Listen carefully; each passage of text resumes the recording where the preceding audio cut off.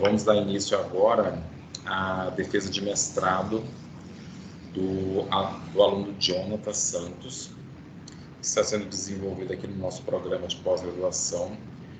Gostaria de agradecer ao professor Lourenço e à professora Edna por terem aceitado o convite em participar como membros da banca. Tá? Então, essa defesa ela será composta de 3 etapas. Tá? Inicialmente, o mestrando Jonathan irá apresentar a sua dissertação. Na sequência, nós teremos a arguição realizada pelos membros da banca e depois a deliberação das avaliações que foram feitas a partir dessa pesquisa. Bom, Jonathan, você tem 30 minutos para realizar a sua apresentação. Fique à vontade para fazê-la a partir de agora, tá bom?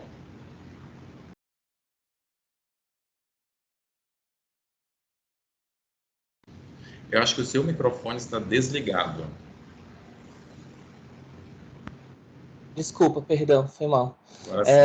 Senhoras e senhores de banca examinadora, boa tarde. Daremos início à apresentação da minha pesquisa de mestrado com o título SARC, uma proposta de framework para o aprimoramento da segurança em Kubernetes por meio de políticas de rede. Meu nome é Jonathan Gomes Pereira dos Santos e os meus orientadores são os doutores Vinícius Pereira Gonçalves e Geraldo Pereira Rocha Filho.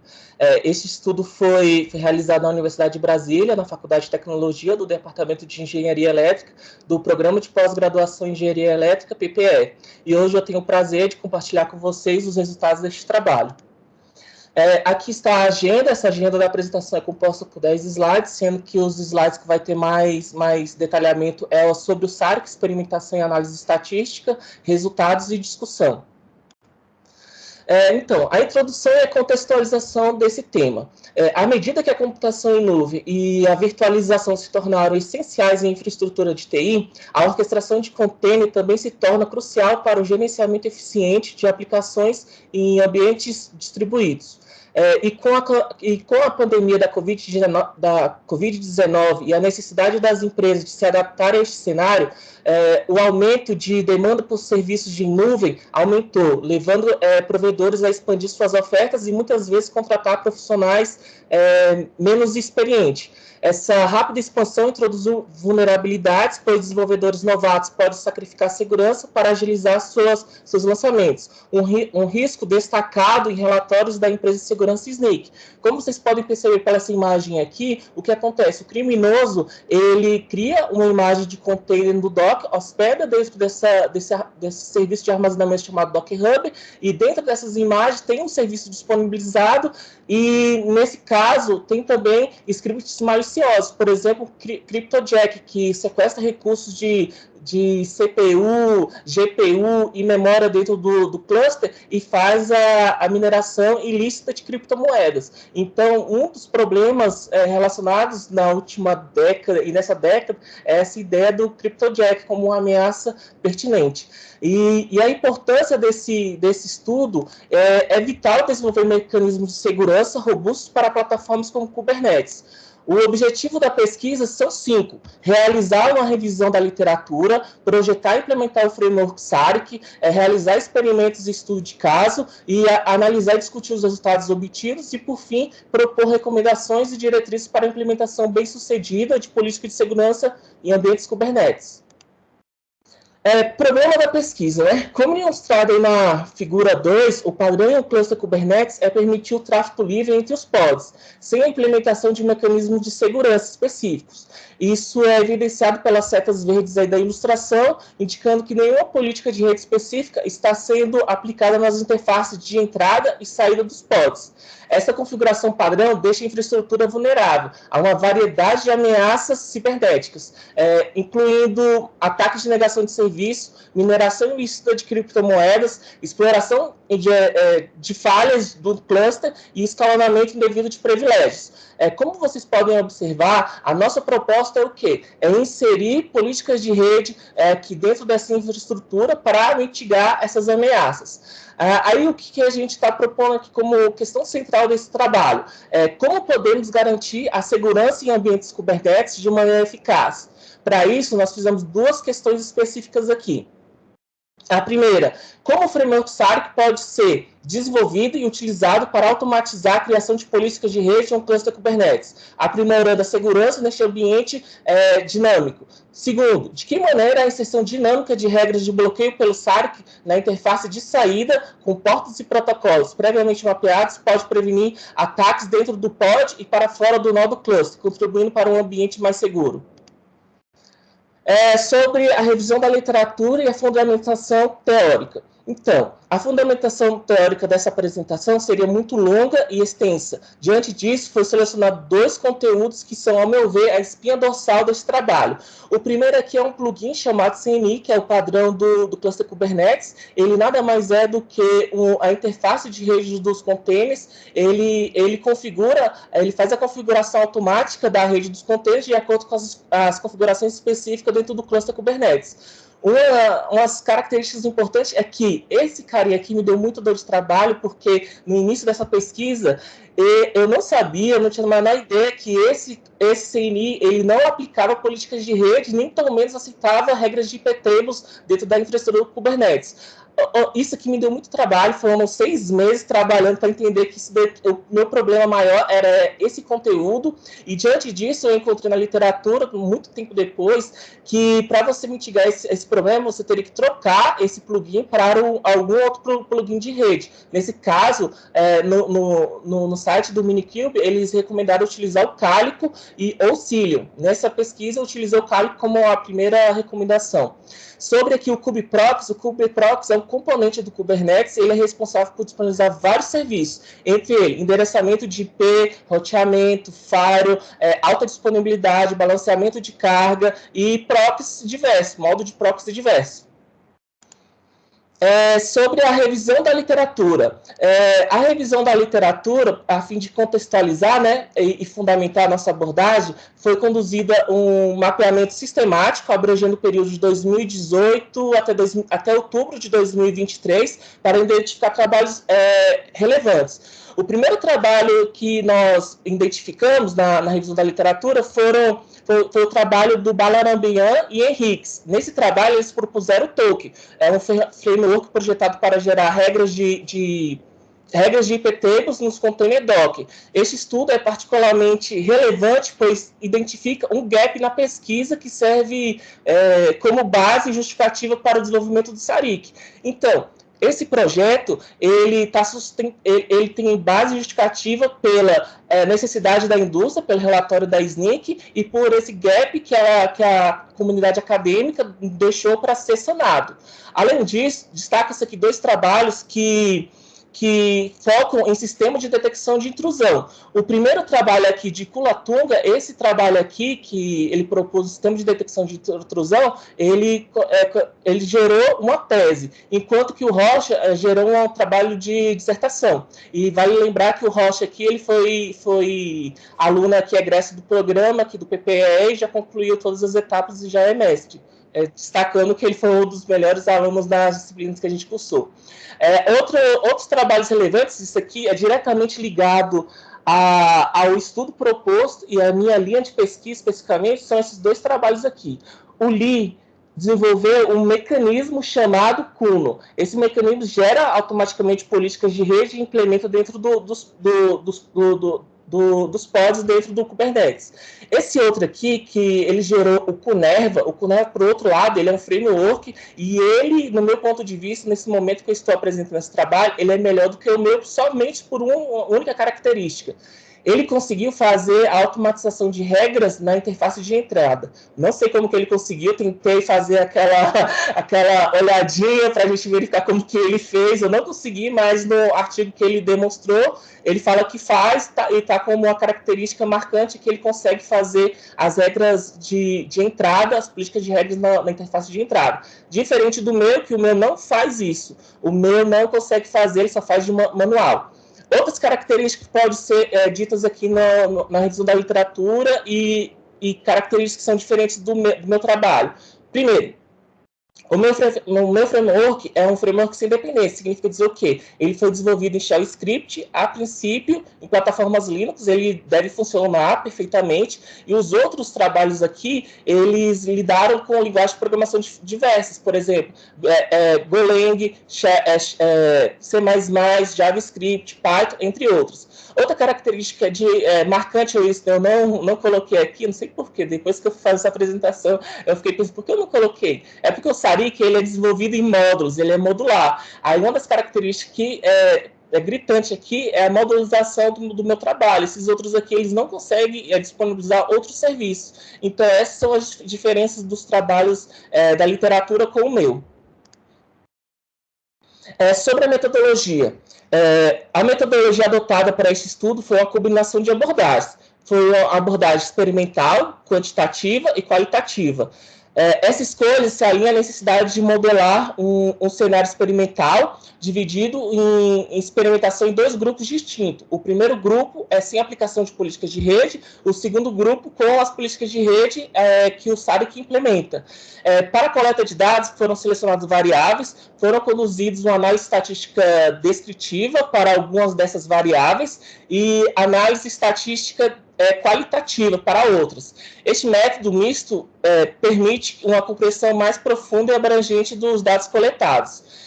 A pesquisa foi estruturada em 9 etapas metodológicas distintas, cujos detalhes são ilustrados aí na imagem.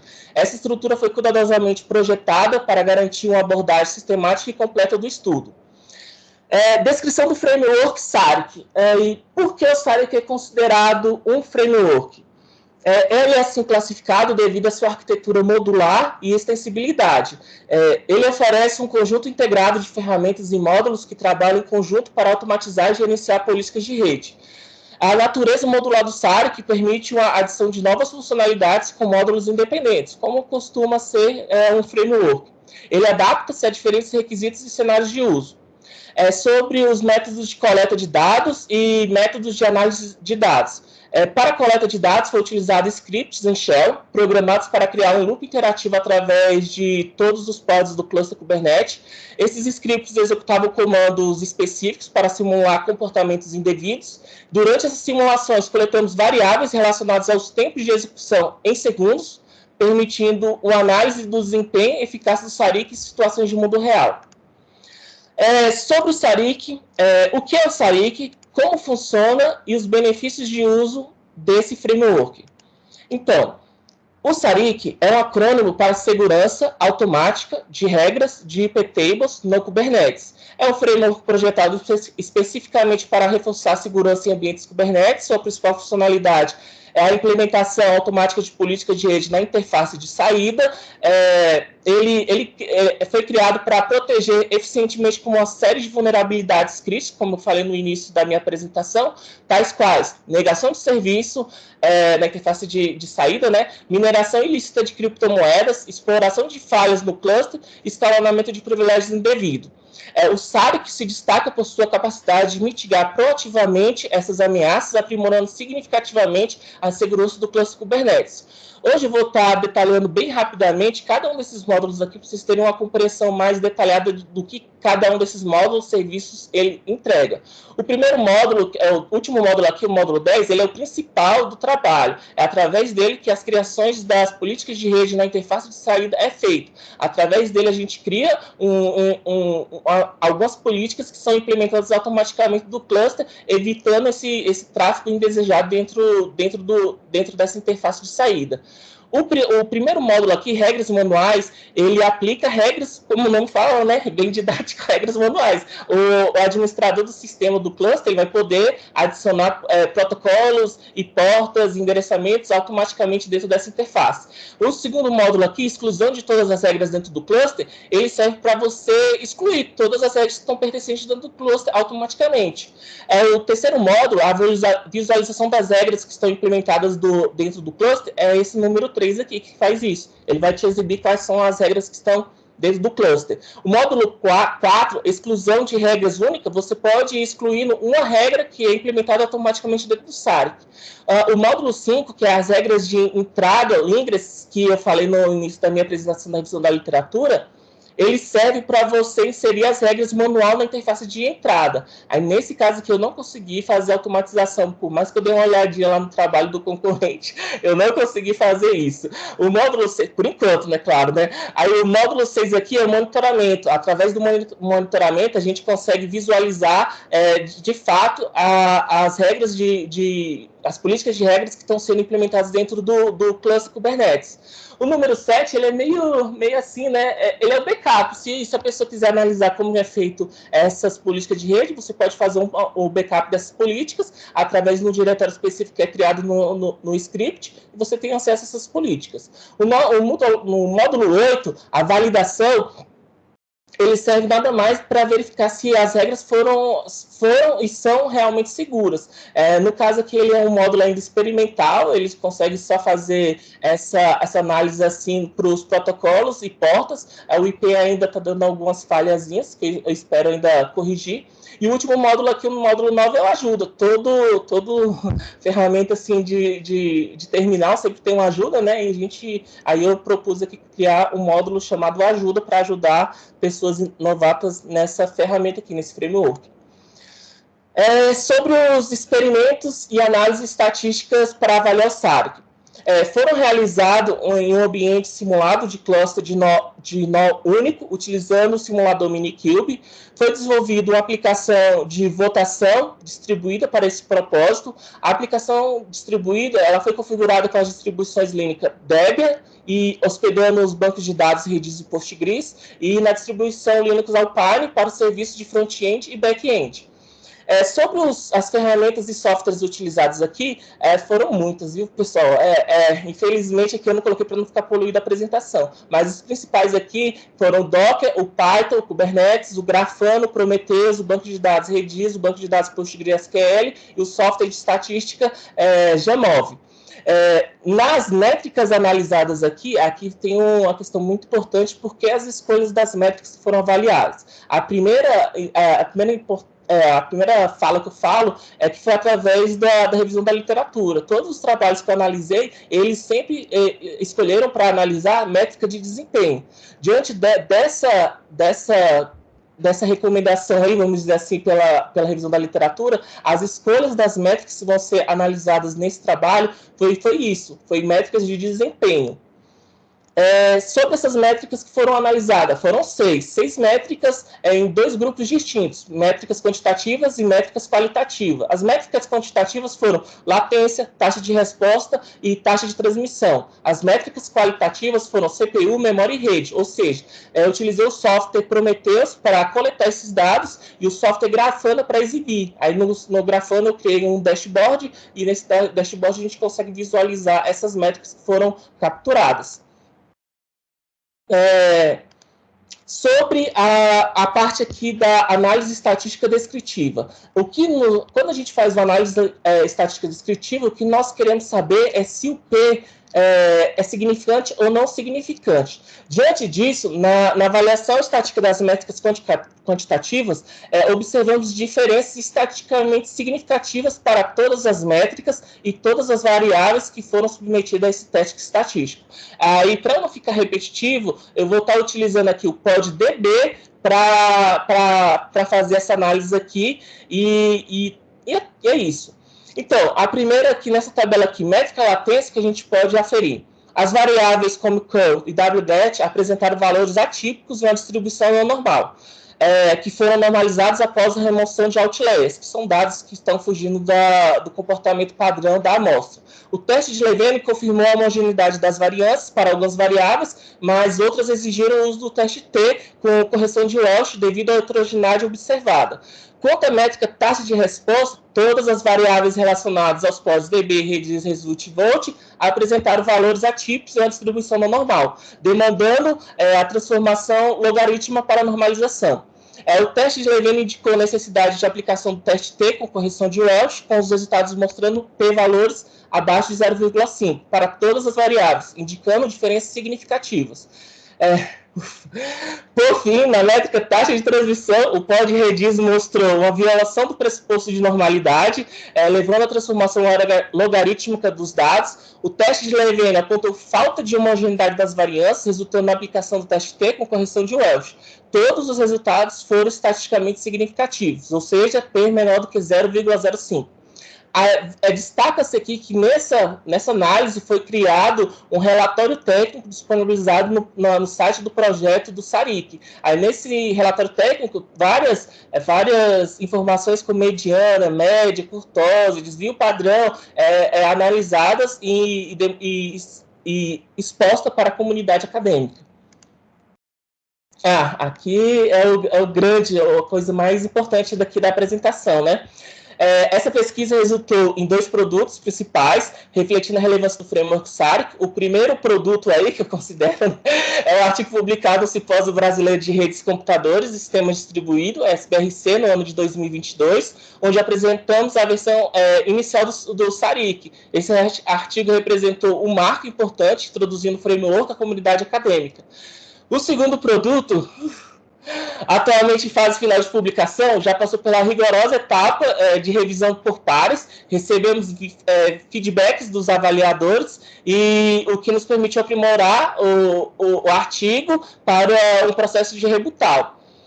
Estamos confiantes que esse artigo vai ser publicado nessa editora e nesse jornal de destaque, Journal of Future Generation Computer System, e eu destaco bem para todos que a contribuição desses trabalhos se reflete na dissertação. Todos os capítulos da dissertação são reflexos diretos desses 2 trabalhos aqui. E é isso.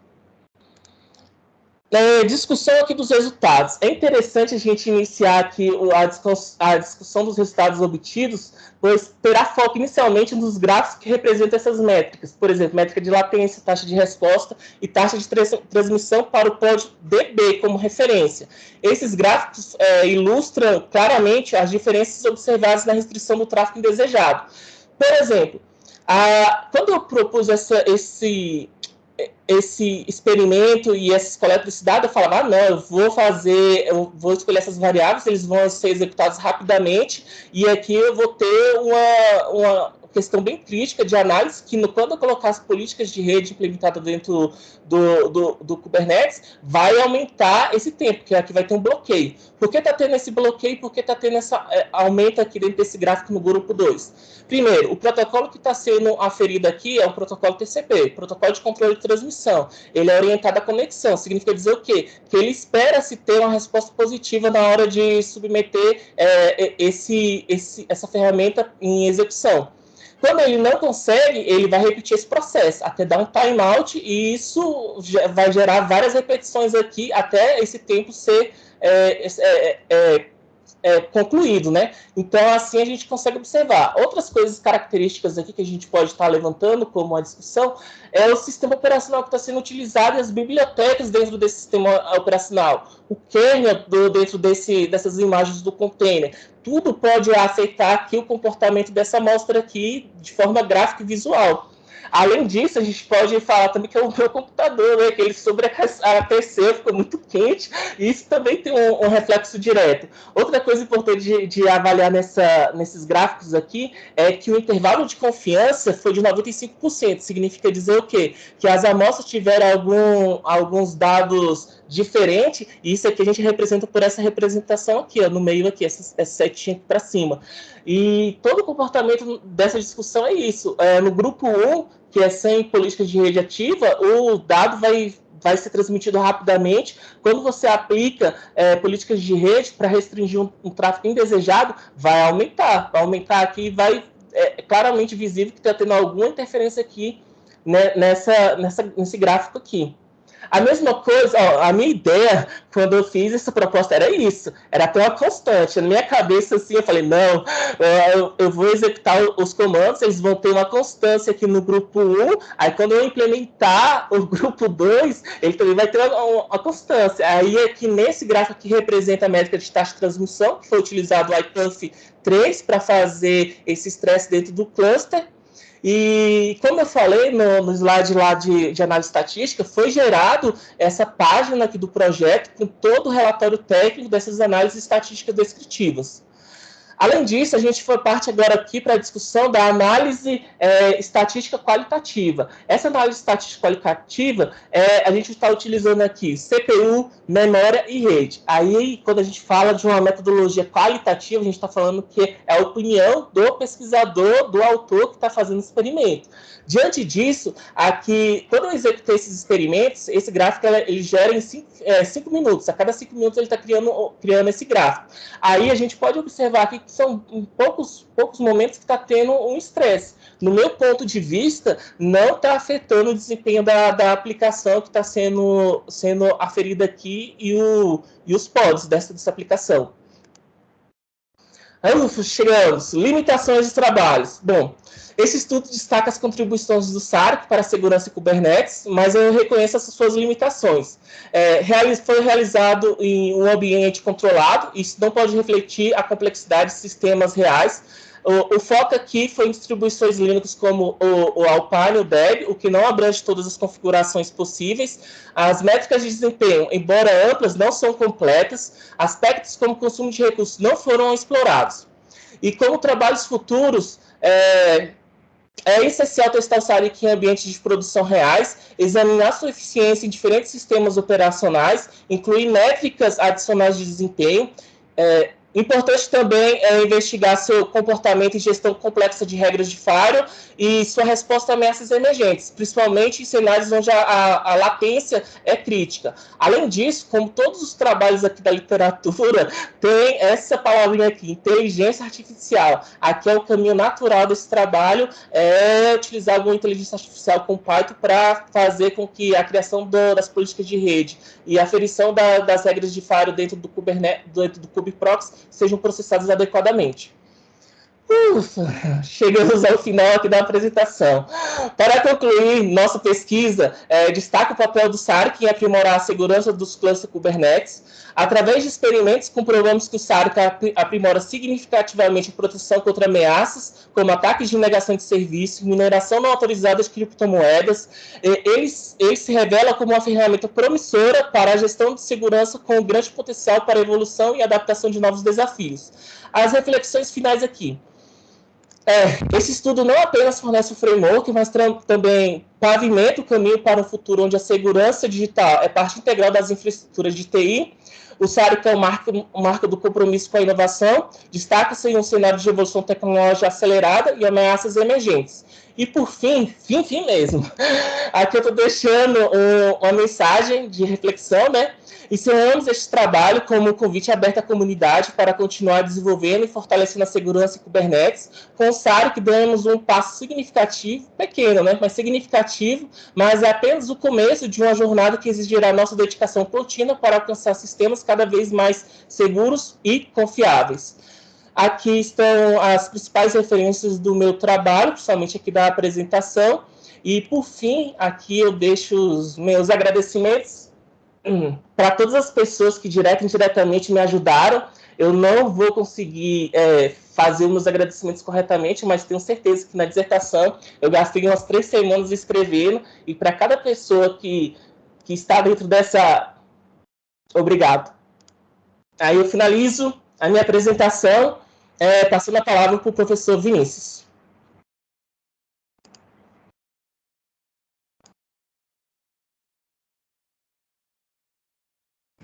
Maravilha, Jonathan. Parabéns pela sua apresentação.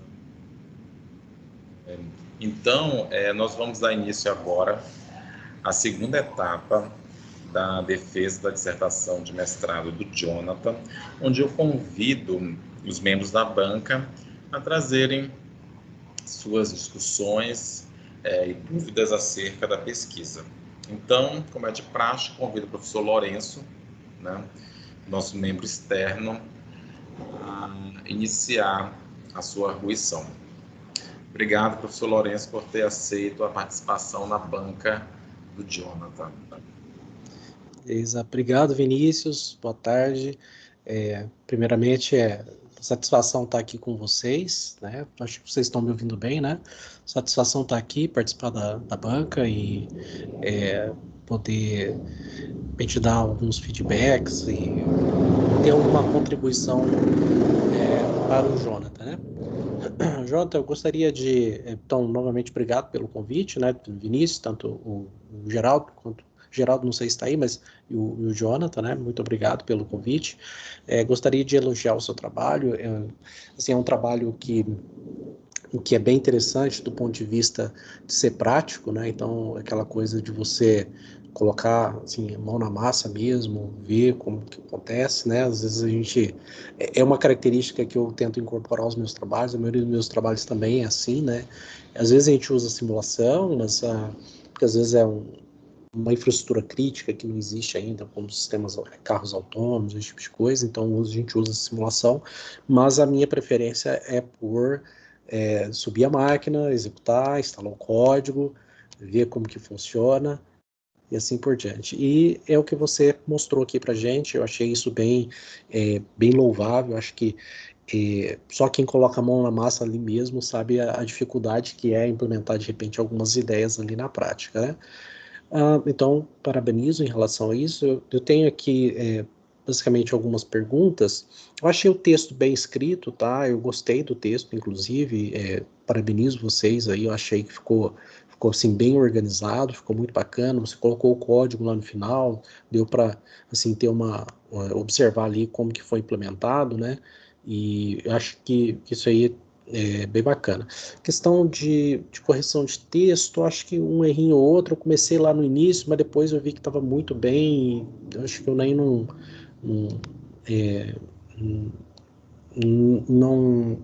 achei nada significativo, questão de alterar texto ou correção no texto, esse tipo de coisa, né? Eu tenho dúvidas mais pontuais e mais técnicas, né? Muito embora a primeira seja um pouco mais sobre a forma, né? Do seu ponto de vista, quando a gente olha o aspecto científico, qual que foi, como que você considera a sua principal contribuição científica do seu trabalho? Como que você enxerga? Uhum. Então, a principal contribuição científica, mesmo falando, é relacionada às métricas. Como eu falei na minha apresentação, a escolha das métricas, a maioria dos trabalhos que foram considerados, eles escolheram métricas de desempenho, sendo que essas métricas de desempenho, eles sempre utilizavam métricas de análise qualitativa. Eles utilizavam ferramentas para capturar esses dados e exibir esses dados através da interpretação do pesquisador. Ele conseguia aferir o comportamento e falar a opinião própria. No meu caso, eu utilizei aqui como a métrica qualitativa, que nenhum desses trabalhos que eu analisei, ninguém fez métricas quantitativas utilizando esses experimentos que eu falei. Então, assim, além de propor o framework SAR, que resolve uma questão da indústria, que foi pelos relatórios do SNCC, e além do gap da literatura encontrado pelo trabalho sobre o toque do Balabarian e Henriques, eu acho que a contribuição vai muito além somente de propor uma ferramenta automatizada, uma ferramenta que vai mitigar esses ataques de mineração ilícita de criptomoedas, ou seja, são vários vertentes que, do meu ponto de vista, têm uma contribuição significativa, pequena, claro, eu vou reconhecer que é pequena, mas pelo menos resolve um gap da literatura e resolve também uma demanda da indústria. Tá, não, beleza. E outro ponto é que o programa é um programa profissional, né? Então tem essa característica mais assim, mão na massa mesmo, né? Isso é bem interessante. Você acha que teria uma capacidade de generalização maior, por exemplo, porque a gente está falando de uma carga de trabalho, de um workload específico que você utilizou, né? Sim, como seria outros tipos de workload, por exemplo, num Core 5G, que a gente percebe que está utilizando bastante, ou, sei lá, um serviço bancário, um outro tipo de aplicação, workload diferente, né? Você tem uma noção, assim, você sabe, consegue afirmar se a tua proposta ela é adaptativa a diferentes workloads? Então, a ideia principal, quando eu comecei a escrever o segundo artigo, ela é em direção a dispositivos da internet das coisas. A ideia principal seria para mitigar os ataques que são, geralmente, quando a gente está falando de dispositivos das coisas, a gente quer essas ferramentas, elas são projetadas, implementadas dentro de container, e quando você vai subir isso para um provedor de serviço, normalmente você utiliza a orquestração de container. Aí o meu segundo artigo, ele é nessa direção, diretamente para dispositivos da internet das coisas. Não sei se eu respondi corretamente. Beleza. Chega bem no ponto que eu gostaria, que me gerou mais dúvida, né? Sim. São 2 pontos que eu gostaria de começar a conversar agora, né? A exclusividade da sua solução para Kubernetes e a automação, né? O quão exclusivo, então vamos nesse primeiro, que é a parte do Kubernetes, né? O quão exclusivo a tua solução é para Kubernetes? Porque você poderia automatizar isso para, sei lá, para um host Linux em geral, não precisa estar dentro da orquestração do Kubernetes, correto? Porque, por exemplo, a parte de IPT você pode colocar em qualquer host, né? Mas eu vou deixar bem claro, é porque dentro do Kubernetes existe um componente chamado kubectl. Dentro do kubectl, ele tem o iptables instalado e ele faz todo o gerenciamento das regras de falha. Não tem como, até onde eu vi, eu tentei, fiquei 6 meses tentando, tem um colega aí que é o Luiz Eduardo, a gente ficou vários 6 meses trabalhando para inserir regras de iptables diretamente do host para os containers, mas trabalhar com segmentação de rede, trabalhar com essa ideia de segmentação não é uma tarefa nada fácil, e não pegava, não adiantava fazer regras de iptables diretamente do host para os pods. Você precisa necessariamente trabalhar com esse componente chamado kubectl para que as políticas de rede e as regras de iptables sejam efetivamente efetivas. E além do mais, tem o porém, porque por padrão, o Kubernetes ele utiliza o CNI, que não aceita. Você precisa alterar o plugin de rede para alguma das outras projetos aí de open source, Calico, Cine, entre outros. Eu escolhi o Calico. Aí eu consegui mitigar esse problema e resolver esse problema da literatura. Pode continuar. Não, acho que eu concluí. Acho que já deu para dar um paranova. Então, porque aí, por exemplo, você está falando o seguinte, a gente enfrentou problemas, né? Fazer uma configuração de iptables mais independente para depois refletir nos vários segmentos das redes, ou senão a gente teria que mexer muito no código-fonte, por exemplo, CNI, para ele dar suporte e tal. Aí uma decisão de projeto sua foi ficar ortogonal a isso. Você trabalha com um shell script e você coloca ali dentro do seu contexto. Então, se tem um contexto no qual você tem o Kubernetes, você precisa fazer essa gerência dessas regras, e aí sai o Sarik, perfeito? Isso. Aí a pergunta é mais no sentido, o Sarik, você pode aplicar ele dentro do contexto de Kubernetes, mas você existe algum impedimento para colocar ele fora, em outra aplicação, com outro contexto? Afirmar eu não vou afirmar, mas eu acho que é possível se adaptar. Ele é um framework. A ideia de framework é fazer adaptabilidade, você sabe adaptar às necessidades que existem dentro do mercado. Então, a ideia dele, a estrutura principal, você pode implementar ela para qualquer tipo de solução. O que é o mais importante são as políticas de rede. Você só precisaria trocar, fazer algum mecanismo de controle nas políticas de rede que são aplicadas. Verificar qual é a outra plataforma e verificar como ele gera essas políticas de rede e você criar esse loop interativo que foi feito. Não sei se eu respondi adequadamente.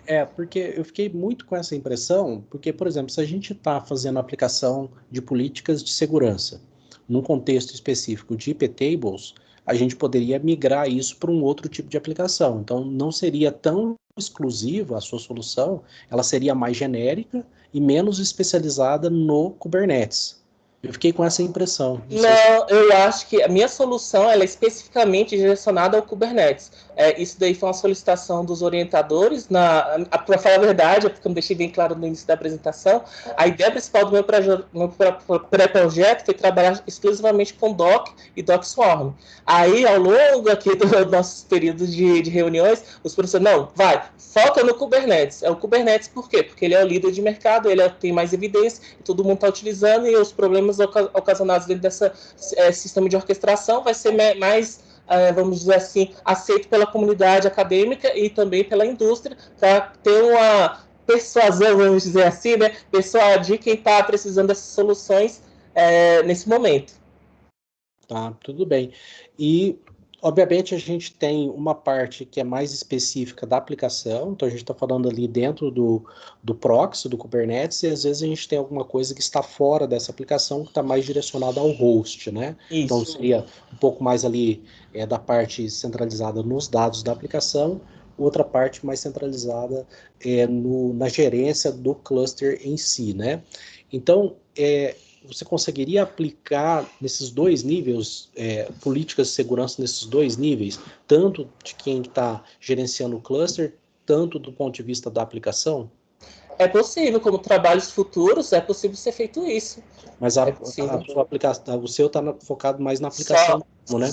Só no dentro do Proxy. Especificamente, é bem pequeno mesmo, é diretamente no problema. Onde está afetando o problema, o meu trabalho, o meu estudo é nessa linha. Eu minimizei o máximo possível para não abrir essa dúvida, mas eu acho que eu não consegui, né? Você ficou com essa impressão? Sim. Aí tem um ponto importante, que nesse instante a gente está falando que o ser humano está dentro do loop, certo? Então a gente precisa de um ser humano para gerenciar essas políticas de segurança. Tá certo pensar desse jeito? Não, tá errado. A gente tem... aí volta no segundo ponto. Como que é essa parte de automação? Ela não ficou clara para mim, que você está provendo. Ah, tá. Então tá. Então, essa automatização criados scripts, daemons, arquivos em YAML, né, que eles vão refletir as políticas de segurança que são aceitas dentro do cluster Kubernetes. Aí, dentro dessa política de segurança, eu escolhi alguns protocolos que vai mitigar aquelas ações maliciosas, aqueles, por exemplo, mineração de criptomoedas. Mineração ilícita de criptomoedas, balanceamento de ataques de negação de serviço dentro do cluster. Aí eu fiz uns testes e eu falei, não, eu bloqueando esses protocolos e essas portas, provavelmente isso aqui vai mitigar esses ataques. Então, no contexto disso, é uma automatização já personalizada para que essa automatização ela bloqueie esse tráfego indesejado. Você não quer que esse tráfego fique sendo conduzido dentro das interfaces de saída dentro do cluster Kubernetes. Pois é, esse que é o ponto que não está tão claro. Então, você tem a produção do arquivo YAML que você faz. Essa parte não é automatizada. É automatizado. Quando você insere o script, o SARIC, quando você executa o SARIC, ele automaticamente vai coletar várias informações, quais são as portas, os protocolos, os IP dentro do cluster Kubernetes. Através dessa captura dessas informações, ele vai gerar uma política para cada um dos bloqueios que você quer fazer. Aí, no caso, ele está fazendo 5 bloqueios em portas, por exemplo, que vai evitar acesso às variáveis apt, wget, ping e curl, e é isso. Aí ele evita essa... porque a discussão é um pouquinho mais ampla, por causa do quê? Eu estou tentando evitar que tenha comunicação para fora do cluster e dentro do cluster, para você evitar escalonamento de privilégios indevido. Por exemplo, você pode, se você deixar habilitado essas ferramentas dentro do cluster Kubernetes, um cybercriminoso, ele pode produzir um script que vai baixar essas ferramentas, por exemplo, o kubectl, e através disso é festa. Aí ele consegue fazer a escalação de privilégios dentro do cluster e comprometer toda a infraestrutura dentro. Eu falo muito. Não, mas está ótimo. Mas assim, um ponto ainda que não está claro para mim é como que você faz essa automação. Porque vamos lá, uma vez que você aplica a regra, ela automaticamente vai se aplicar a todos os pods que estão ali, toda a infraestrutura que você tem. Então o ser humano não está ali, isso está muito claro, né? Então você aplica, passa um YAML e essas regras vão ser replicadas e você tem ali automação do bloqueio disso e tudo mais, né?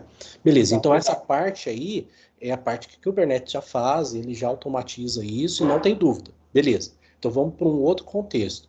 A entrada disso é um YAML, né? Aí esse YAML, você falou que ele é gerado automaticamente. Beleza, então você vai escolher algumas portas, você vai tomar algumas decisões para automaticamente escrever esse YAML. Beleza, aí você estava argumentando no sentido, eu consigo pegar e consigo escrever.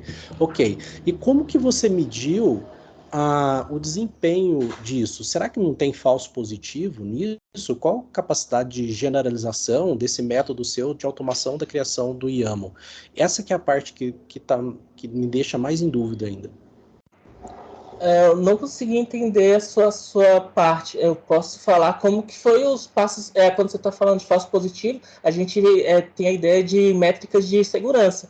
Aí, para as métricas de segurança, nesse caso de falso positivo, a gente precisaria fazer a instalação de algum agente que captura dentro dos pods essas informações que estão sendo tratadas, para, por exemplo, os Zabbix. A gente instala um Zabbix e ele pode fazer esse controle de falso positivo, como uma métrica de segurança. Aí eu não fui nessa linha por conta do quê? Porque eu precisaria fazer a instalação desse agente dentro de cada um dos pods. E como a gente sabe, os pods eles são feitos para quê? Para ser autodestruídos. Como que eu ia fazer ter algum mecanismo para ficar nesses pods toda hora me dando falso positivo, para eu coletar essa métrica? Tá, tudo bem. Deixa eu só pegar aqui na dissertação, acho que tem um YAML aqui, tem vários. Deixa eu só pegar um para dar um exemplo um pouco mais concreto. Você quer que eu abra aqui? Pode ser também. Traz um daqueles YAMLs que tá lá. Eu só perdi ele aqui, a referência.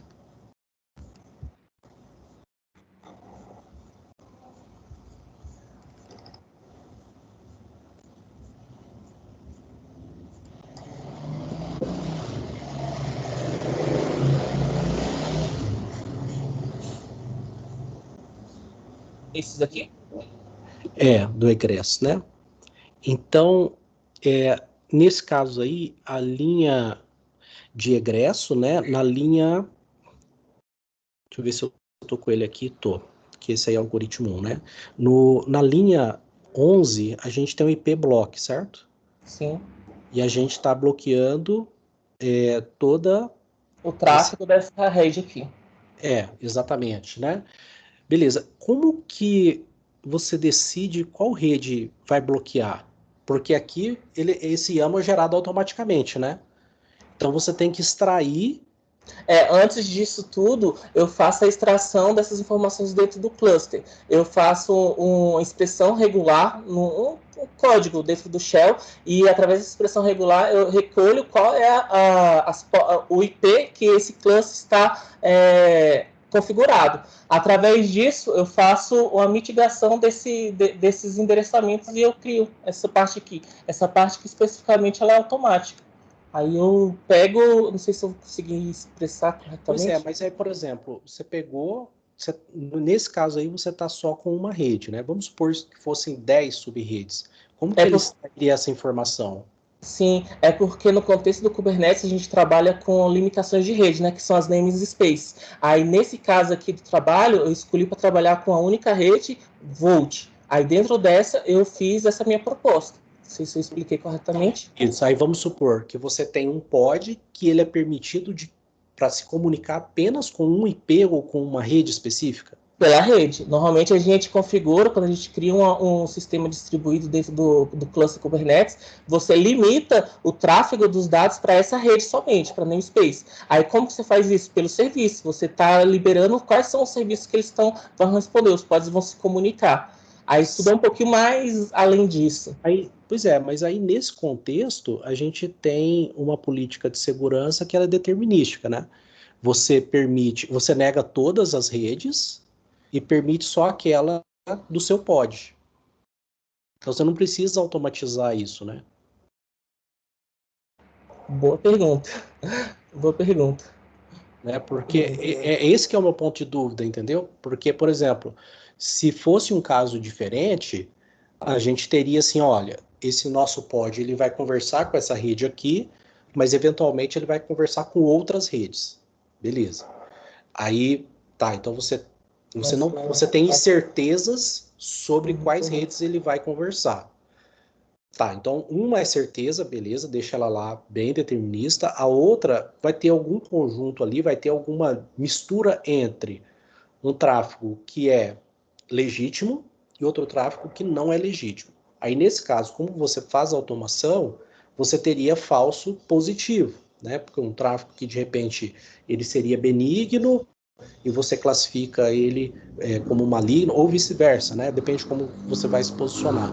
Porque no contexto que você está falando, está muito determinista, né? Então você tem o seguinte, olha, eu só posso conversar com essa rede aqui, faz um whitelist nela e dropa todo o resto, né? Aí Sim. a questão é, por que fazer automação disso, sendo que está determinista?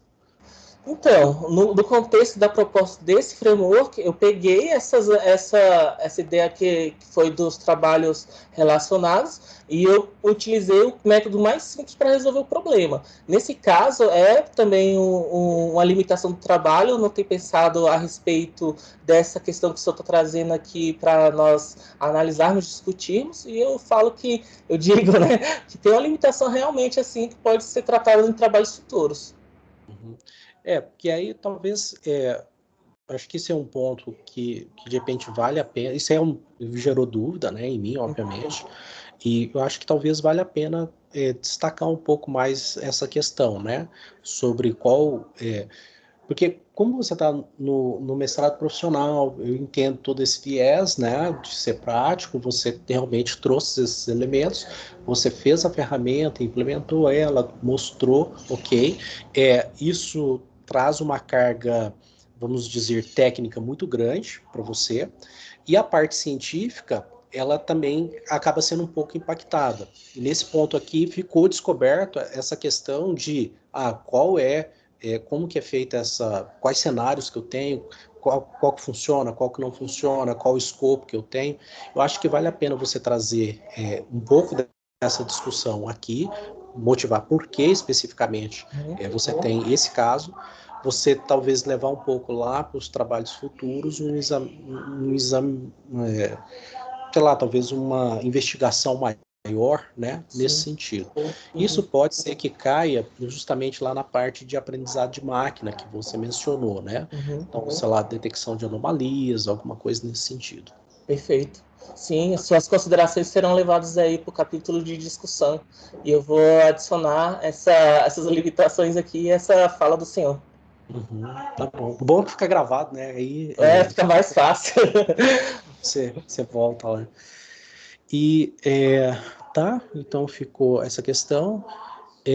Automação, e pois aí isso gerou outra dúvida em mim, né? Como que seria essa automação, qual a automação da gerência das políticas, né? O ciclo de vida.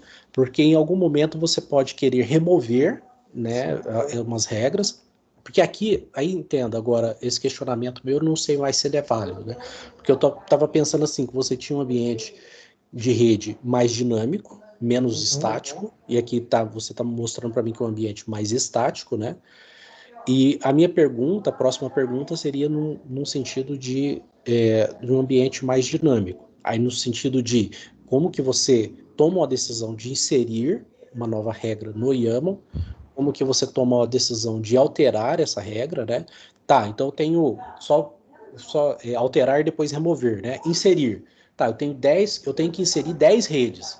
Aí como que você toma essa decisão de inserir as 10 redes? Ao longo da execução, você poderia tomar a decisão de diminuir ou talvez apontar uma máquina específica, ou ali no CIDR você colocar uma máscara menor, alterar a máscara ali para você ter um grupo mais específico, seria uma alteração, ou você de repente entender que aquilo era um falso positivo e remover aquela regra, né? A gente não é o caso que você experimentou, mas por outro lado, eu acho que vale a pena, de repente, eu trazer essa pergunta como modo de reflexão, né? Como que você qual o nível de automação que você tem para gerenciar o ciclo de vida das políticas, né? Também não ficou tão claro, né? Tá. Assim, ciclo de vida, infelizmente eu não trouxe. Eu trouxe, assim, alguns serviços que poderiam fazer isso. Por exemplo, quando eu estou aqui falando na página 25, eu estou explicando cada um dos módulos. Sim. Eu estou deixando bem explícito que cada módulo, cada serviço está fazendo. Caso o administrador aí do cluster do Kubernetes queiram fazer uma adição de políticas a mais dentro do seu contexto para mitigar alguma vulnerabilidade, tem esse módulo que é capaz de fazer isso. A mesma forma aqui tem o módulo de exclusão das políticas de rede. Você pode ir removendo. Eu só fiz a do... esse daqui acho que faz de todas. Essa aqui faz de todas as políticas que estão implementadas dentro do cluster. Aqui você pode ir excluindo, porque, lógico, essa minha ferramenta é para o meu uso específico da minha aplicação que eu fiz, e ela não é generalista. Não vai dizer que você vai utilizar ela na sua aplicação, porque a gente tem que ter a clareza que muitos algoritmos vai precisar do tipo da ferramenta Ping para fazer a comunicação entre os bancos de dados. Na minha, eu fiz especificamente para mitigar essa situação, porque quando a gente vai fazer a comunicação com o banco de dados, no algoritmo que você está utilizando do Python, você vai precisar utilizar o Ping para fazer essa comunicação. Nesse caso, eu estou deixando exatamente isso aqui para você excluir. Pro pod. Na minha aplicação eu utilizei o SARIC, mas aqui deu problema na minha aplicação. Por quê? Porque o contexto é maior. Você precisa entender quais são as suas funções dentro do seu código. Não é, por exemplo, se pega um desenvolvedor novato, até mesmo mediano, ele não vai saber disso. Quem precisa saber é o profissional da área de segurança cibernética. E nesse quesito, eu estou deixando esse módulo aqui especificamente para estar excluindo essas configurações automatizadas. Sim, esse é um ponto que aí vem a discussão entre mecanismo e política, né? Então, o que você trouxe está mais relacionado com o mecanismo. Você tem um mecanismo para inserir, para alterar, que nem você grifou ali, para remover todas e assim por diante. Esse é o mecanismo. Outra questão é a política. Então, a política é como você atua para fazer a configuração. Você tem um mecanismo que te permite fazer essa configuração. Outra coisa é a política na qual você vai aplicar essas configurações, né? Aí a dúvida é muito mais do ponto de vista da política, né? Como que você vai aplicar essas políticas, como que você automatiza essas políticas, do ponto de vista do mecanismo que você tem, né? Porque a partir dali você cria, então, você tem uma série de mecanismos, ok, são lá os mecanismos. Está aí listado na dissertação e tudo mais. Agora, como que você vai criar uma outra entidade de software, um outro processo ali que você tem, no qual gerencia, aí ele vai utilizar uma interface que você vai ter com os mecanismos aqui, com os módulos que você tem, como que você vai, por exemplo, gerar inserção automática, alteração automática, remoção automática, né? Esse é um ponto, assim, que eu acho que, não sei, assim, eu acho que faltou uma discussão mais nesse sentido, entendeu? Então, ter esse panorama de separação entre política e mecanismo, parece que eles estão juntos. Eu acho que você precisa, no seu texto, deixar isso mais claro, remover, tirar essa dependência entre eles, porque você pode ter vários mecanismos aqui. Os mecanismos podem ser N, não necessariamente esse, pode ser outros, você pode deixar eles mais abstratos, como uma interface, e depois você traz as instâncias desses mecanismos propriamente ditos. E depois você tem a parte, uma outra visão, sei lá, uma ponte sul, uma ponte norte, o pessoal gosta de falar dessa forma. Nessa ponte norte, você pega e faz a especificação das políticas de modo agnóstico à sua carga de trabalho, de modo agnóstico ao ser humano que está ali e assim por diante, né? Eu acho que vale a pena, tá? Dar uma olhada, assim, fazer essa desassociação entre mecanismo e política, deixar isso mais claro no texto. Eu acho que isso gerou uma certa dúvida em mim. O livro do Tannenbaum, quando ele fala de escalonamento, ele deixa muito claro essa questão, o que é mecanismo e o que é política, né? Então, o mecanismo de escalonamento e a política de escalonamento. A gente pode trazer esse conceito para cá. Qual o mecanismo para você configurar o seu cluster, né? Está aqui, está na tela, módulo 1, módulo 2 e assim por diante, e como que é a política de gerenciamento disso de fato, né? Aí, a hora que você faz essa desassociação, acho que começa a ficar mais claro qual que é a sua contribuição aqui, né? Ok. Eu acho assim, veja com seus orientadores, faz sentido isso que eu estou falando, mas de qualquer forma fica a minha sugestão para dar esse outro, mudar um pouco o texto, para trazer esse... em todo o texto ou em uma parte específica que você sentiu essa dificuldade? Eu acredito que poderia ser o texto todo, tá? Não que você vai mudar radicalmente tudo, mas sempre na hora de afirmar, repensar um pouco na forma quando você faz essas afirmações, tá? Bom, agora, por fim, lá nos resultados, eu acho que você pode melhorar os rótulos, tá? Grupo 1, grupo 2, ele é pouco intuitivo. Você poderia deixar expresso do jeito que você colocou no texto mesmo, né? Grupo 1 sem segurança, né? E o grupo 2 com módulo de segurança, né? Eu acho que ele acaba sendo mais expressivo do que grupo 1, do que codificado, que no fundo ele está codificado, né? Grupo 1, cara que nunca viu o seu trabalho, bate o olho aí nessa tabela 5.1, cara, o que é grupo 1? O que é o grupo 2, né? Então ele está codificado. Então, e e o código eu acho que não está tão bom, então acho que vale a pena, de repente, rever esses códigos, tá? O rótulo, perdão. Né? Então, em vez de grupo 1, talvez sem segurança, ou com SARIC, sem SARIC, alguma coisa nesse sentido, tá? Acho que fica mais expressivo, né? Agora, só me fala uma coisa, não ficou claro para mim, porque nas métricas quantitativas, o grupo 2 teve um desempenho maior, né? Aliás, consumiu mais recursos, né? Por quê? Você consegue explicar? Não é que ele consumiu mais recursos. Nos gráficos, ele teve um bloqueio. Ele bloqueou a comunicação. Nesse caso, no grupo 2, a hipótese que eu fiz empiricamente era que quando você acionar o bloqueio das portas e os protocolos específicos, essa comunicação vai parar, e aí quando você for utilizar um protocolo que está utilizando o TCP, que é o protocolo de controle de transmissão, que ele é orientado à conexão, ele precisa receber uma informação que o dado que foi emitido deu um ok, ele vai retransmitir esse dado. Aí essa retransmissão é isso que está acontecendo dentro das imagens aqui da figura. Sim, aí o teu ponto de medida é do lado do cliente, não do lado do cluster. É do lado do cluster. Pois é, mas aí eu não entendi. Deixa eu só te explicar por que eu tenho dúvida, né? A gente pegou uma ESP32, que é um dispositivo IoT, a gente estudou o código fonte lá do sistema operacional, o FreeRTOS, a gente estudou a pilha de protocolos, como que ela foi implementada, é um Lightweight IP, e para nossa surpresa, a hora que a gente estava estudando, não tinha um mecanismo de filtro de pacotes, por exemplo, né? Como IPTables, esse tipo de coisa. Se não tinha, o projeto nosso de pesquisa, da parte técnica, estava muito claro, era implementar o filtro de pacotes, né? Então a gente foi... Outra consideração, professor Lourenço, que eu acho que eu não devo ter ficado mais claro, é porque a gente está trabalhando com imagens minimalistas, né? Por exemplo, essas imagens que a gente está trabalhando aqui nas aplicações, por exemplo, o Debian tinha 49 megabytes de tamanho, o Alpine 20. Aí isso não tem nenhum tipo de recurso ali, tipo IPTables, não está instalado dentro desses containers.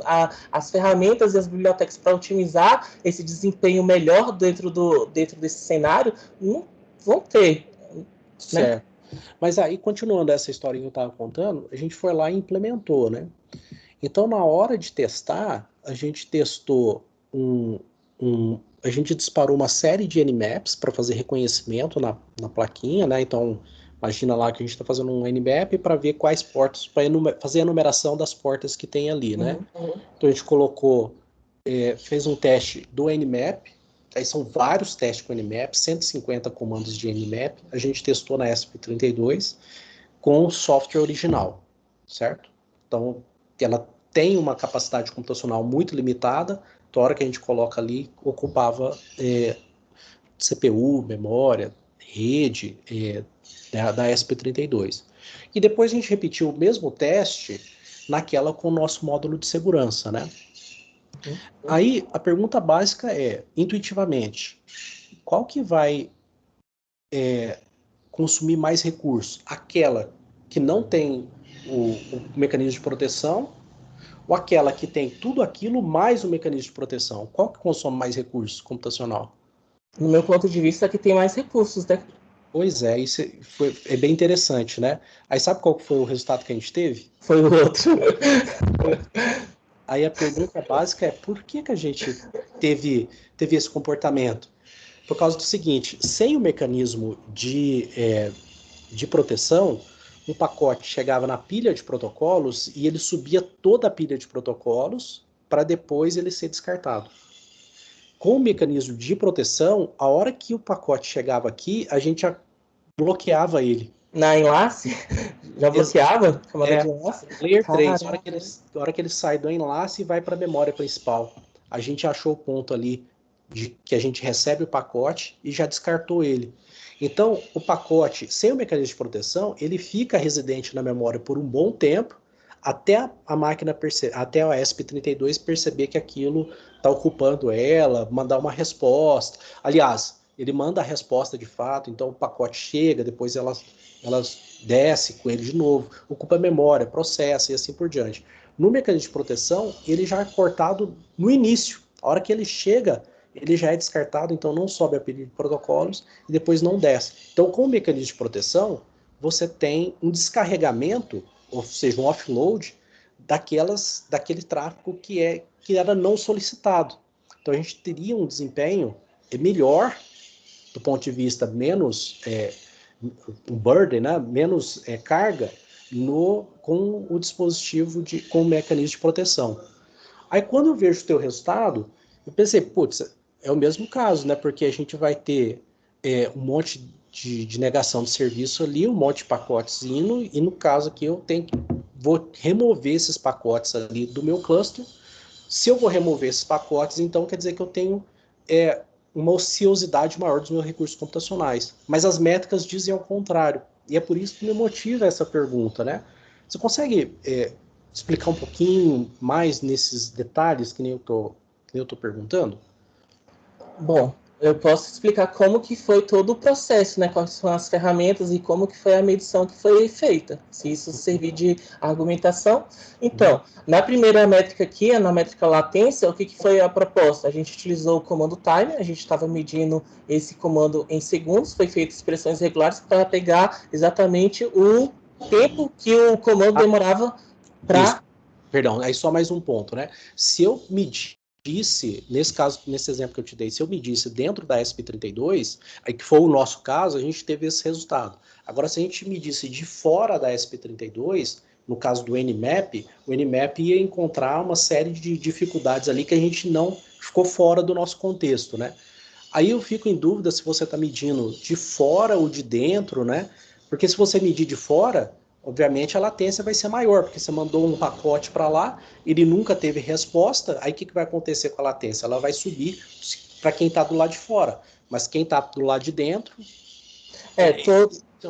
Todo experimento foi feito dentro da minha máquina, dentro do cluster, simulando o comportamento dentro do cluster especificamente. Eu não fiz para fora, ou seja, eu não criei uma outra máquina que acessava a aplicação. Isso, vamos lá. Você tem um conjunto de processos, que é o Minikube, beleza? Sim. Você tem outro conjunto de processos que você dispara suas ferramentas de medição. Todas elas estão alocadas, todos esses processos estão alocados dentro de um mesmo hardware, que é o seu notebook.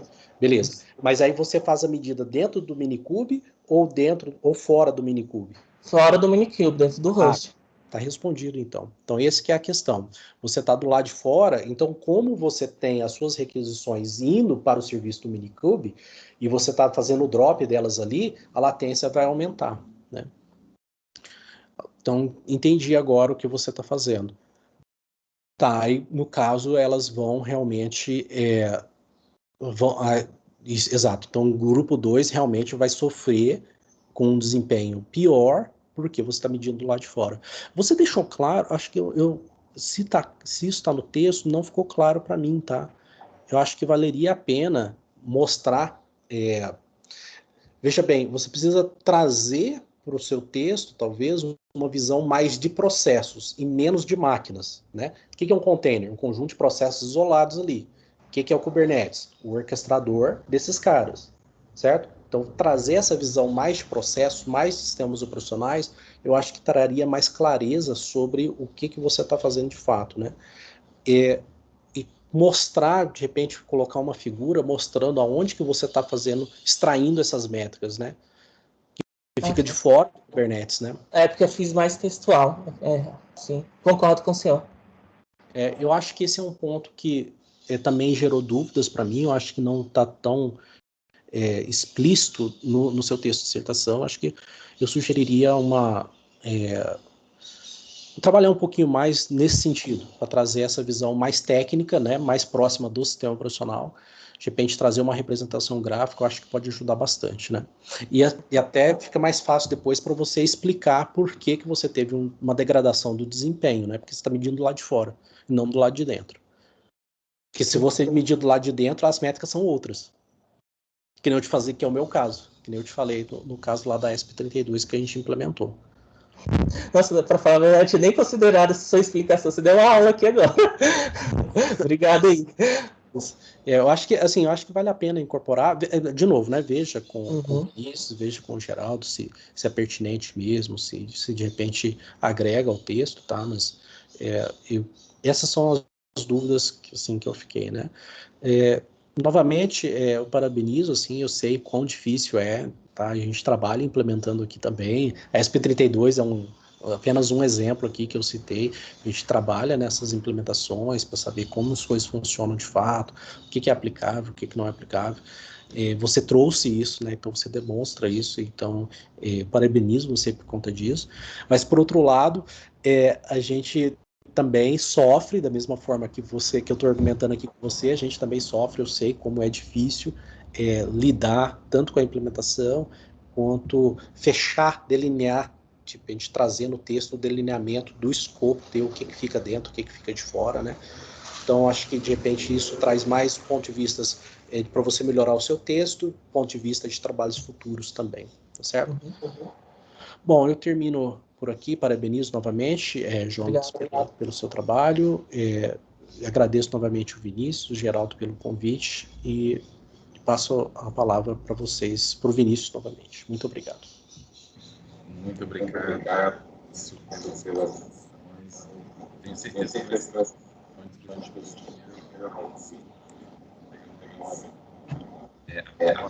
Vinícius está meio travando, não sei se é só para mim, tá? Vocês estão ouvindo bem o Vinícius, pessoal? Ele ficou um pouco baixo também, do meu lado. Ficou baixo para vocês? Agora voltou. Foi, agora estava melhor. Perfeito. Lourenço, eu agradeço as suas considerações, eu tenho certeza que elas serão pertinentes para a gente produzir uma versão mais aprimorada do texto. Perfeito. Muito obrigado. Então, nesse momento, eu passo a palavra para a professora Edna, para que ela possa também trazer as suas considerações com relação ao trabalho. Bom, obrigada. Inicialmente, eu gostaria de agradecer, né, o convite por estar participando da banca, um trabalho muito interessante, muito bem escrito, e também pela minha câmera, que acho que o meu software OBS está travando, porque eu não consigo fazer funcionar direito, então parece que não está aparecendo aí para vocês, né? Não te escutei, Jonathan. Isso, não está aparecendo não, professora Edna. Não sei o que foi que houve, já desinstalei o aplicativo e tudo, vez ou outra o Teams faz essa maluquice, então peço desculpas aí. Bom, então, concentrando aqui ao trabalho, né, como o professor, né, o colega já fez aí várias considerações, então acho que, né, são muito pertinentes e boa parte delas eu também já tinha, né, anotado aqui, então eu não vou repetir, e até porque, né, o meu papel quanto membro interno também é garantir, né, a coesão do documento, de acordo com as normas, né, do programa e tudo. Então, assim, em termos do seu trabalho escrito, tá, Jonathan, eu fiz, né, uma leitura, também gostei muito do texto, né, assim, como, né, foi mencionado, assim, você escreve muito bem, então acho que, né, o Lourenço fez essa observação aí muito adequada, né, a gente encontra um ou outro erro, mas, no geral, poucas as vezes eu peguei uma dissertação, né, para participar de uma banca em que o documento estivesse tão bem escrito e tão bem estruturado. Então, aí gostaria de parabenizar você e aos seus orientadores pela qualidade, né, do que vocês estão entregando. Em relação ao trabalho ainda, eu particularmente gostei muito ali da sua tabela 3.1, né, onde você faz a comparação, né, das propostas existentes com o que você está fazendo, mas durante a apresentação você eu diria que jogou um pouco por terra quando você começou a falar que um trabalho é melhor do que o outro, porque isso não é muito usual. Então, na ciência, a gente tem que ter uma forma, eu diria assim, talvez mais elegante, não sei se essa seria a palavra, de dizer que um trabalho, né, ele possui algumas limitações, né, ou algumas desvantagens. Então, o mais comum, tá? Essa observação que eu estou fazendo é para ficar para a vida, tá, Jonathan? Se você for fazer aí um doutorado e tudo, for apresentar um artigo, Sim. então você não se deve fazer isso, né? Eu jamais posso dizer que o meu trabalho ele é melhor do que o outro.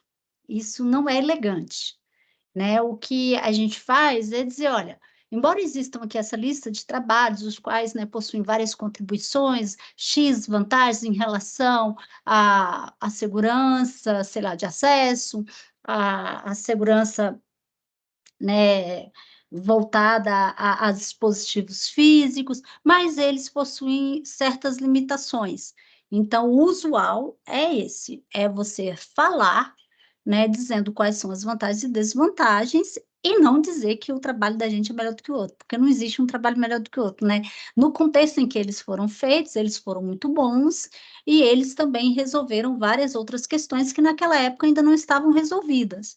Então, o seu trabalho, ele vem contribuindo, né, de uma forma a resolver essas limitações dos trabalhos correlatos, mas você não pode dizer isso, assim, dessa forma tão deselegante, tá? É só esse parâmetro, assim, que eu gostaria de deixar aqui registrados.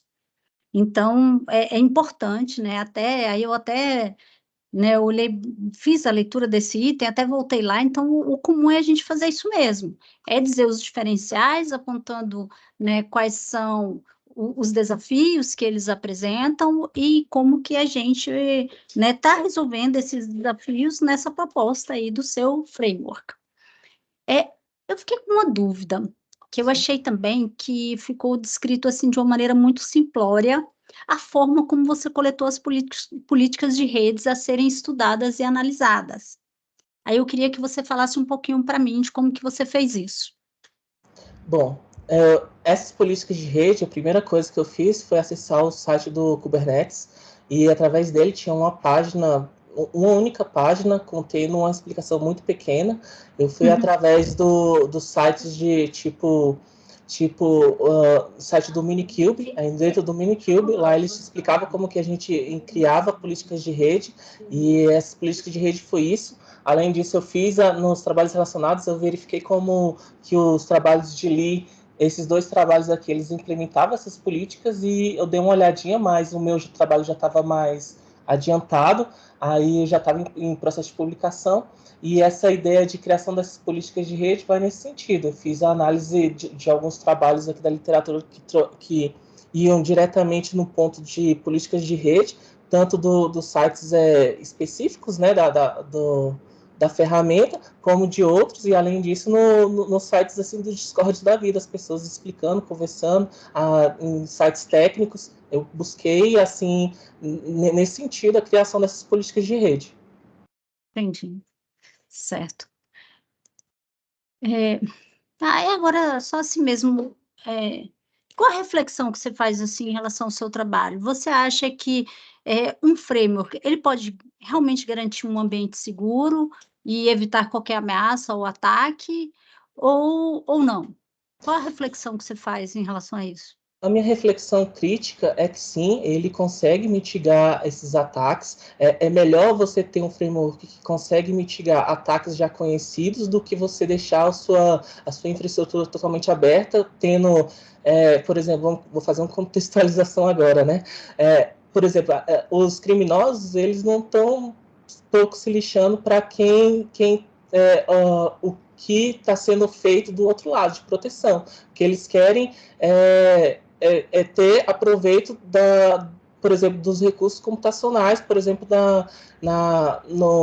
nas ferramentas assim de ataque, como o CryptoJack, que vai sequestrar esses recursos computacionais dentro do cluster, vai fazer a mineração ilícita de criptomoedas, e para o criminoso ele vai ficar muito feliz, porque ele vai estar roubando, né, roubando esses recursos, vai estar tendo proveito, e no final das contas, a conta de quem está utilizando esses serviços nesses provedores de nuvem, Google Cloud, Amazon AWS, Microsoft Azure, só vai para a conta de quem está inocentemente não protegendo o seu cluster adequadamente. Tem várias ferramentas que a gente pode estar utilizando para melhorar a segurança, né? E muitas vezes nos trabalhos acadêmicos a gente sempre vê que as pessoas estão tentando produzir, criar ferramentas que vão mitigar essas soluções.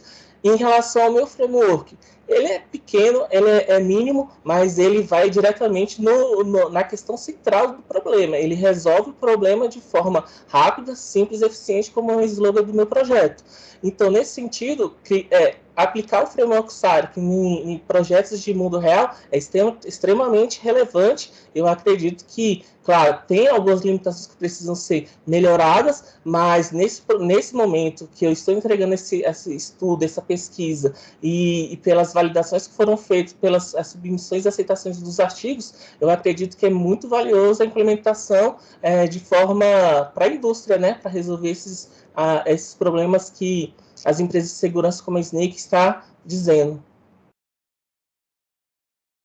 Eu respondi, professor? Legal, não, bem legal, assim, é importante você ter essa visão, né, crítica da importância do teu trabalho. E, assim, uma coisa também que eu não consegui encontrar de uma maneira, assim, tão sintetizada no trabalho, né, só lendo mesmo, assim, os resultados, que normalmente é mais comum a gente ter, assim, logo no final, né, das discussões, quais seriam as ameaças à validade, né? Eu vi, né, você destaca a limitação de ter sido realizado um ambiente controlado, e aí eu queria ouvir de você, você acha que tem alguma outra ameaça que possa validar o seu trabalho?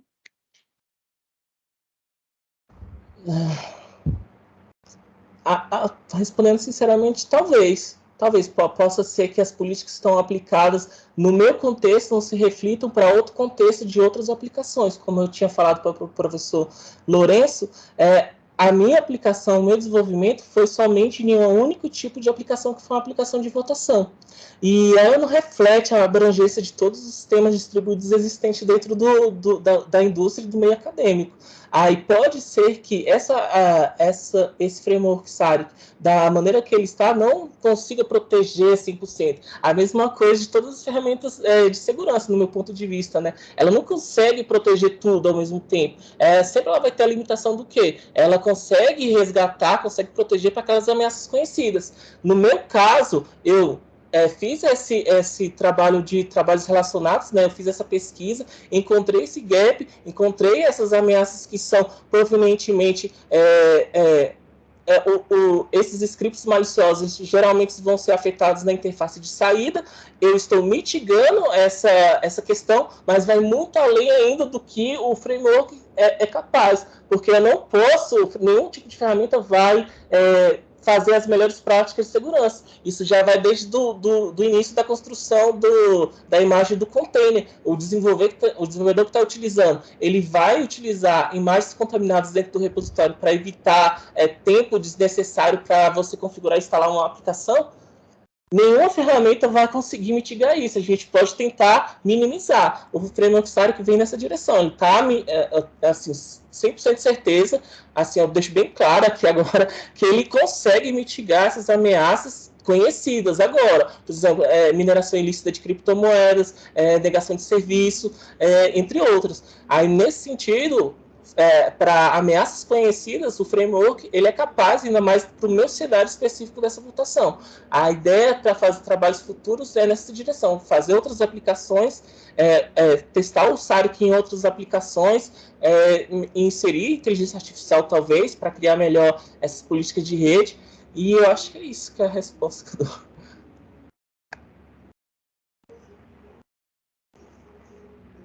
conseguir Obrigada, Jonathan. Muito obrigada aí pelas aplicações, né? Acho que você fez um excelente trabalho, assim, né? As suas argumentações não deixam dúvidas, né? Que você realmente conhece, né? O que você fez, até pelas publicações. Então, mais uma vez aí, obrigada pelo convite. Eu devolvo a palavra ao professor, tá? Orientador, e assim, parabéns pelo trabalho, viu? Gostei muito. E obrigada, Vinícius, pelo convite. Eu que agradeço. Obrigado, professora Edna. Obrigado, professor Lourenço, pelas considerações que foram trazidas ao trabalho do Jonathan. A gente vai ter um tempo, sem dúvida, para conversar e melhorar esse texto logo após a finalização dessa defesa. Bom, ao longo desse processo, eu gostaria de dizer que o Jonathan, ele se mostrou um aluno muito dedicado, proativo. Ele é um dos alunos que tem maior participação no nosso grupo de pesquisa, sempre se posicionando, argumentando acerca das pesquisas que são desenvolvidas pelos nossos alunos de mestrado, de doutorado, de iniciação científica. Foi um trabalho que foi desenvolvido em conjunto, né, com o apoio e a orientação do professor Geraldo, que não está aqui agora, mas que eu gostaria de externar a minha gratidão pelas considerações que foram trazidas ao longo desse processo. Tá? A gente percebe isso pelos resultados que nós tivemos dessa pesquisa, né? Então, o Jonathan, ele traz a sua argumentação, nós nos posicionamos com relação aos caminhos possíveis que foram tomados ao longo da pesquisa, e a gente tem esse resultado agora na dissertação de mestrado, né? Então, parabéns, Jonathan, por esse processo, né, ao longo desses 2 anos e alguns meses, que foi o tempo que você teve para desenvolver, né? Então, nossos alunos que são resultados aí do início da pandemia, né, e que estão nesse processo de finalização das suas pesquisas, ok? Bom, então, finalizada essa etapa, nós vamos agora para a etapa número 3 desse processo de avaliação, tá? Que é onde nós, os membros da banca, nos reunimos para deliberar sobre o resultado dessa defesa, ok? Eu vou enviar um outro link para os membros da banca, eu vou mandar para vocês por mensagem e a gente se reúne lá no outro link, tá bom?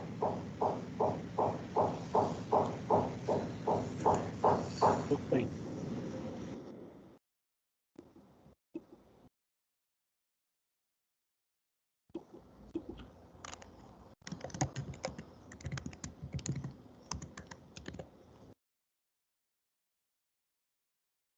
Você vai colocar aqui no chat, Vinícius?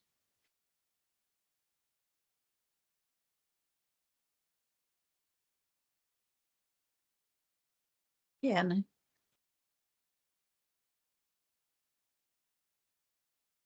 Talvez ele mande por WhatsApp, não, professora Edna? Vou ver aqui. Eu abri o WhatsApp. Ah, foi pelo WhatsApp. Mandou pelo WhatsApp. Sim.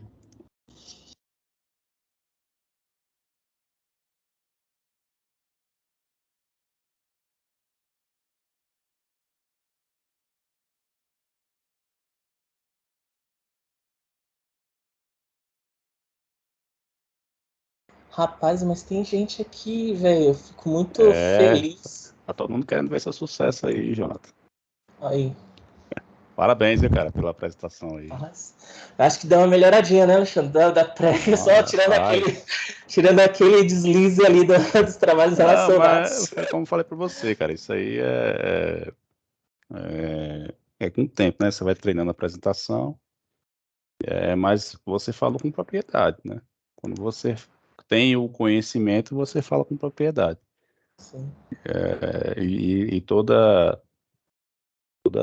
crítica é bem-vinda, né? Você já pega aí o que foi externado aí pela professora Hélio, o professor aí também, e aí já leva para o seu doutorado aí para ver.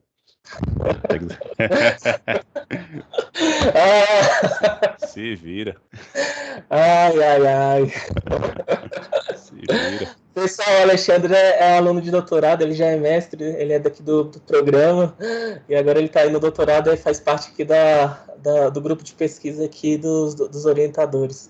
Ô, Alexandre, obrigado mesmo pelo feedback lá, tenho certeza que eu fiz o meu melhor para essa apresentação ficar menos robotizada. Não, mas de maneira geral, cara, foi muito bom. Seu trabalho também é bem promissor, né? E também as palavras aí do professor Vinícius fazem, né, muito sentido. Realmente você é um cara que participa demais, né? E você mesmo não sabendo disso, mas indiretamente, muitas vezes você ajuda, né? Até os doutorandos mesmo resolver algumas questões. Você ajuda, acaba ajudando. Mas, de maneira geral, parabéns. Valeu, Sucessos muito aí. obrigado. Obrigado, Jude. Valeu, Kennedy.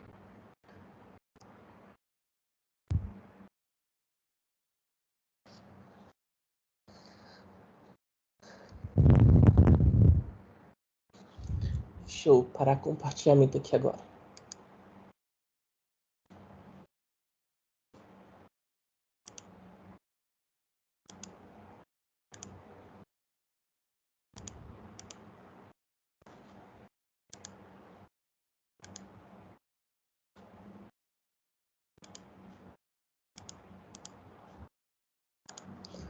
Jonathan, enquanto os professores estão deliberando aí, né, sobre sua nota, eu Uhum. infelizmente vou precisar sair agora da Não, sala. tranquilo, Alexandre. Muito obrigado aí pela sua presença, pela sua Né? disponibilidade de participar aí. Valeu, muito obrigado mesmo. Não, eu que agradeço. Eu tenho um compromisso agora, senão eu ficava aí para escutar, Uhum. mas infelizmente eu vou precisar sair. Mas Eu sucesso, vi... cara. Meu Valeu, contato obrigado, você tem, Alexandre. viu? É isso, estamos aí. E vamos lá e aprender Kubernetes, viu? Só marcar um horário aí. Vamos, eu tô precisando mesmo. Valeu, abraço, cara. Sucesso. Valeu.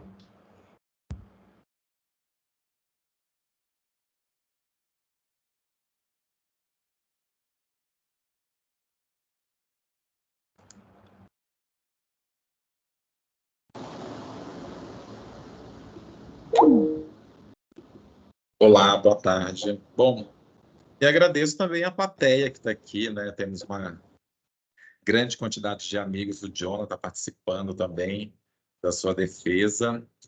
Bom, Jonathan, nós já conversamos, já deliberamos acerca do resultado da sua apresentação, do resultado da sua pesquisa, e a banca deliberou pela sua aprovação na sua defesa de dissertação Aumento, de meu Deus do mestrado. céu! Aumento garantido pela Universidade de Brasília! Aí, valeu, muito obrigado, o professor Lourenço, a professora Edna, Vinícius, Geraldo e todos aqueles que... Sem dúvida. E agora é a gente trabalhar na versão final do texto para trazer todas as considerações que foram levantadas pelos professores durante a arguição, tá? Valeu, muito obrigado. Parabéns. Ok, agradeço a participação da plateia, agradeço a participação dos professores Lourenço e Edna, que estão aqui e trouxeram uma série de contribuições relevantes para aprimorar o seu trabalho. Ok? Feito. Parabéns, Bom, Jonathan. Obrigado. eu acho que a gente pode tirar um print da tela, como sendo para marcar esse momento, tá? Minha câmera que não funciona. Depois da edição eu coloco a foto bonita da senhora, esquenta não. Vou fazer a edição. Tá bom, Jonathan, faz favor. Esse OBS aí tá me matando, porque eu tô levando uma surra dele. Então, eu vou tirar aqui um print da tela. Jonathan também fica à vontade. Perfeito. Tá ótimo. Então, eu vou parar aqui a gravação.